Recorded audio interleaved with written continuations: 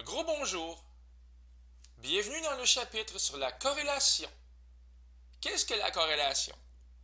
On va le savoir un petit peu plus tard, peut-être un nouveau mot pour certains. Aujourd'hui, dans le cours 1, je vais plutôt focuser sur ceci. Quelques rappels et un premier tableau de distribution. Qu'est-ce qu'un tableau de distribution? C'est ce qu'on va faire maintenant avec les chats dans Hochelaga. Je suis allé visiter 10 logements au hasard sur la rue Bourbonnière et je suis allé compter le nombre de chats qui vivaient là-bas. Dans le premier logement, j'ai rencontré un chat. Dans le deuxième logement, je n'ai pas rencontré de chat. Peut-être qu'il y en avait un qui se cachait, mais il ne s'est pas montré le bout de la queue. Sur ce, j'ai même vu un logement avec 3 chats. Et d'ailleurs, je vais l'inscrire ici. 3 chats, c'est arrivé une fois. D'ailleurs, c'est ça que ça veut dire.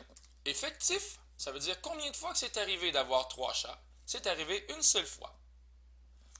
Regardez maintenant 0 chat. 0 chat, 0 chat, 0 chat et 0 chat. Vous essayerez de dire 0 chat rapidement plusieurs fois. C'est arrivé 5 fois. Et ainsi de suite. 2 fois et 2 fois. Avez-vous les bonnes données? Alors les nombres qu'on met ici dans les colonnes, on dit que ce sont les données. Avez-vous les bonnes données? On n'oublie pas de faire un titre, c'est important. On n'oublie pas d'écrire le total. Ça aussi, c'est pas une ligne superflue. Moi, j'enlève des points aux élèves qui n'écrivent pas le total.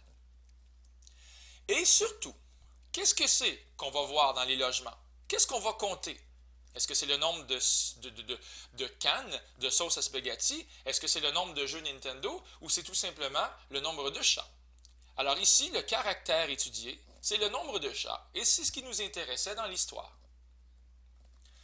Maintenant, quelques petits mots comme ça. La population.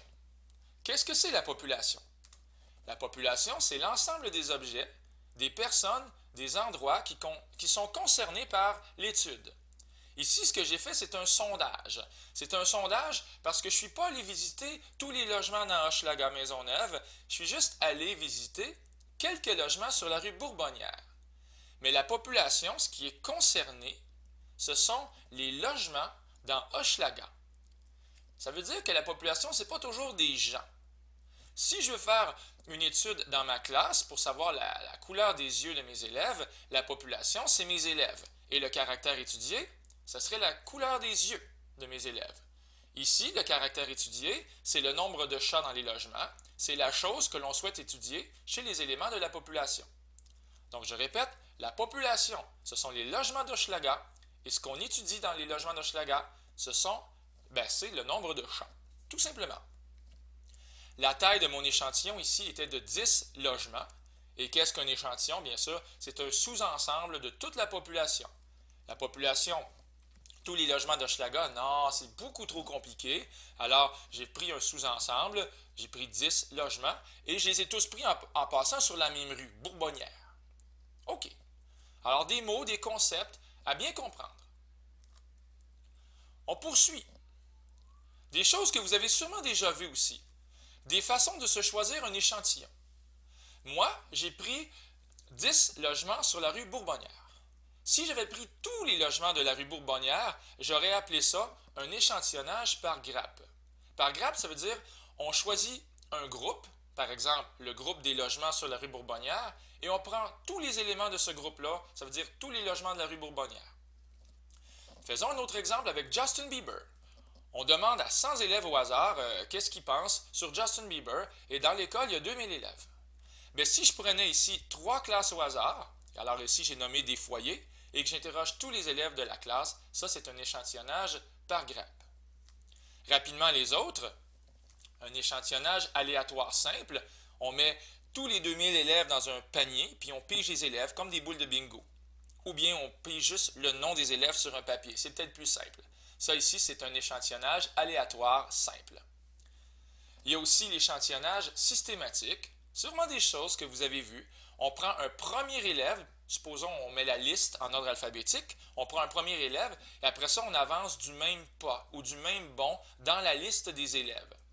Donc ici, je prendrai un élève parmi les 20 premiers, par exemple le 17e élève, puis ensuite j'avance de 20 à chaque fois. 17, 37, 57, 77.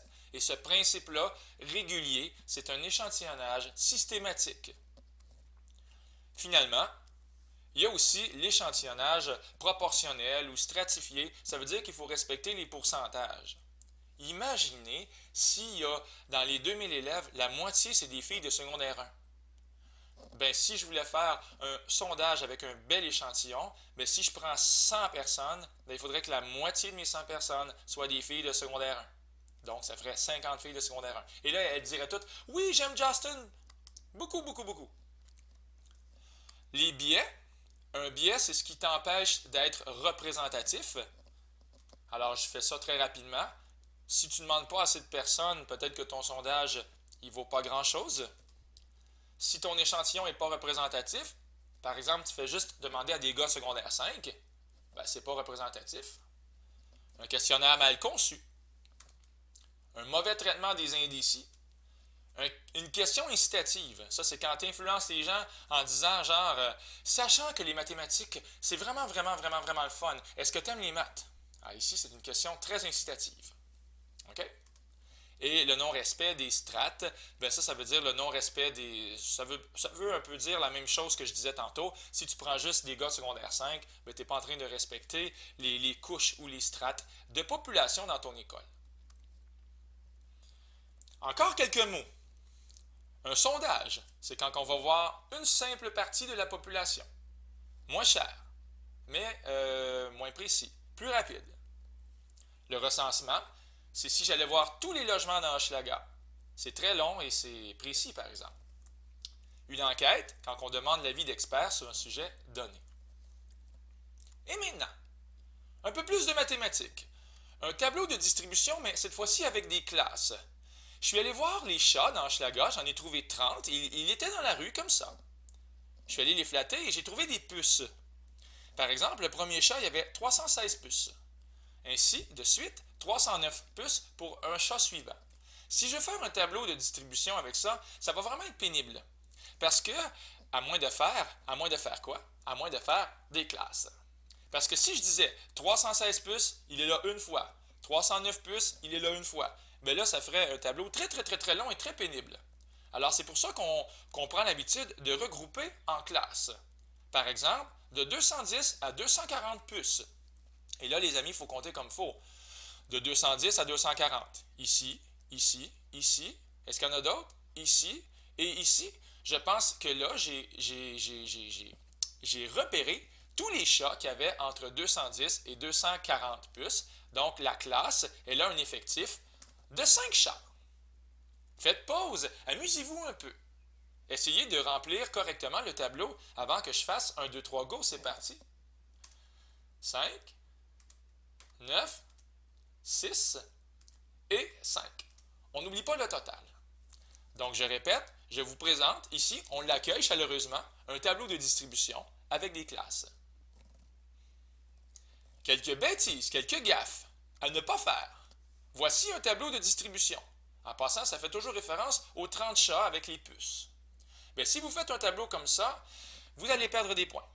Parce qu'ici, définitivement, il n'y a pas assez de classes. Il faut au moins 5 ou 6 classes, et là, vous en avez juste 2. Tu perds des points. Si moi, je suis ton enseignant, je t'enlève des points pour ça. Deuxième bêtise. Quelle est l'erreur ici? Qu'est-ce qui me turlupine? Qu'est-ce qui me fait faire dire « Hi! Je pense que je vais aller écouter un film d'horreur, c'est moins pire que ça. » Alors ici, on a une classe inutile avec un effectif de 0. Ça ne vaut pas la peine de gaspiller une ligne pour ça. Donc, classe inutile, on pourrait l'enlever. Bye bye. Tu n'étais qu'une illusion. Une autre bêtise. Prenez votre temps. L'avez-vous trouvé, la bêtise? De 210 à 220 et de 220 à 270. Les classes n'ont pas la même étendue. Ici, les classes n'ont pas toutes la même étendue, on doit les rendre identiques.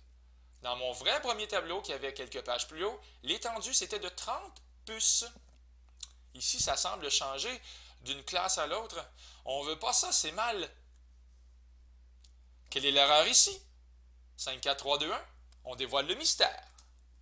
Il y a un trou entre certaines classes, parce qu'on passe de 240 à 245. Oui, là, vous allez me dire, oui, mais peut-être qu'il n'y en a pas de chat avec 242 puces. Mais qu'est-ce qui arrive si tu en trouves un prochain, un 31e chat qui a 242 puces? Il faut que tu puisses le mettre, l'insérer. Et là, tes classes ne sont pas prêtes à recevoir un tel nombre de puces de 242. Alors, pas de trou entre les classes. Et finalement, une gaffe ultime, je dis ultime comme la dernière des gaffes, mais il pourrait y avoir d'autres gaffes. Ici, on a un problème de crochet. Alors, le crochet, il est fermé, il est tourné vers le 240, et même chose ici. C'est comme si 240 puces, il était à la fois dans cette classe-là et à la fois dans cette classe-là, ce qui est illégal. Donc, les crochets sont mauvais, il faut éviter d'inclure un nombre dans deux classes. C'est pour ça d'ailleurs que j'ai 31 chats au lieu d'en avoir 30, parce qu'il y a un nombre de puces qui a été comme coché deux fois. Wow! Ça commence bien le chapitre, hein? C'était le cours 1 de la corrélation. C'est Luc Allard pour le Collège Sainte-Anne qui vous dit au revoir.